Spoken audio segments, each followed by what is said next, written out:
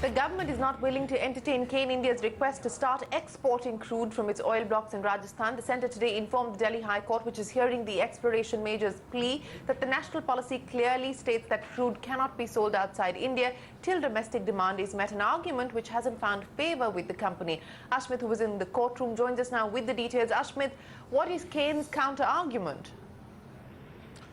Well, Cairn, at this point it does appear to be against the wall. The government appears very unrelenting in its position. The government today clarifying before the Delhi High Court that their position is very clear, that this is a matter of national policy, that crude export is not allowed and that it cannot make exceptions for private parties. It went on to add that the national policy clearly states that until the domestic demand is met, any such demand for exporting of crude cannot be allowed.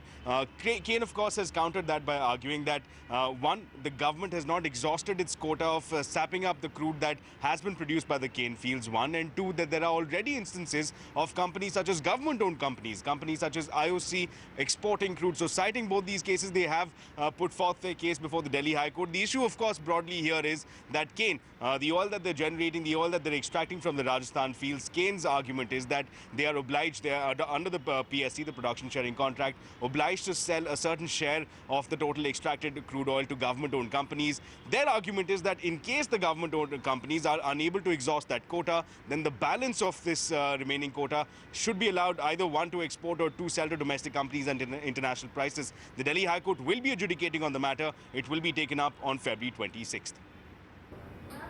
All right, Ashmit, appreciate you joining us with